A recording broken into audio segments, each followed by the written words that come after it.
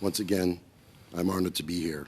More so, I'm honored to speak on behalf of the people and the communities that the One by One movement serves, ensuring that their voices are amplified.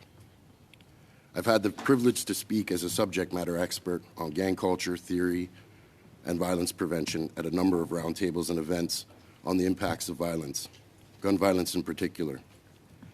Today, I'm going to speak to you less formally than I normally would. Today, I'm going to speak to you from the heart, simply as a human being, as a person with lived experience, as a proud Canadian. Participating in these roundtables, I consistently hear statistics and reports about people who live and face a great deal of violence daily. Yet, in these settings, I rarely hear from people who are firsthand experiencing the majority of gun violence, and I feel that this is one of the reasons we are not seeing the progress we should in combating this issue. I see and hear people making a living and a name for themselves, speaking on behalf of people and the communities that they don't really know or understand for personal gain or political leverage. Some may think that's what I'm doing now, but there's a big difference between them and I. We're not the same.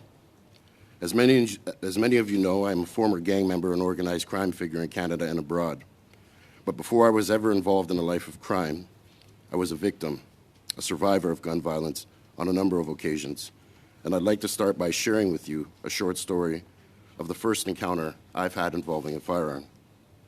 I was about 11 years old, playing outside with a group of friends in the southwest end of Toronto in a Toronto public housing complex called Swansea Mews. There were a group of older guys from my neighborhood that were involved in bad things. Some of them relentlessly bullied us kids and terrorized the community. Though we were children, we had to learn to navigate and cope the best we could with this. On this day, a known gunman that hung out in my area decided he was going to fire shots at us kids above our heads just to see us run. I remember hearing the zing of bullets passing us.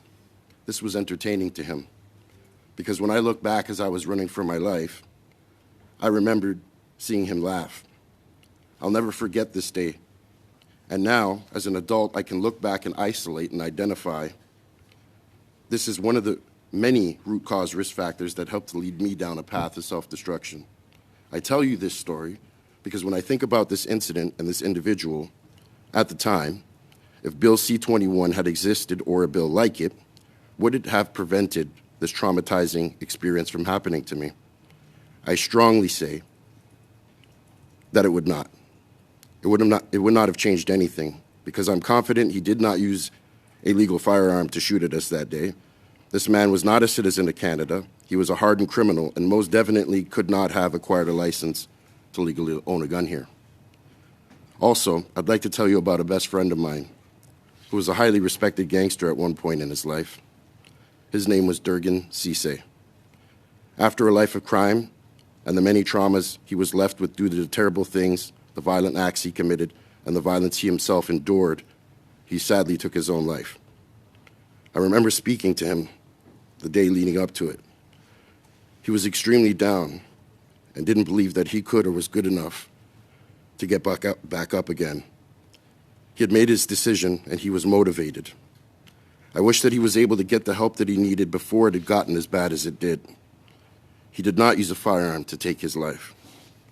The reason I told these stories is to really drive home the point that we are wasting precious time focusing on the wrong things.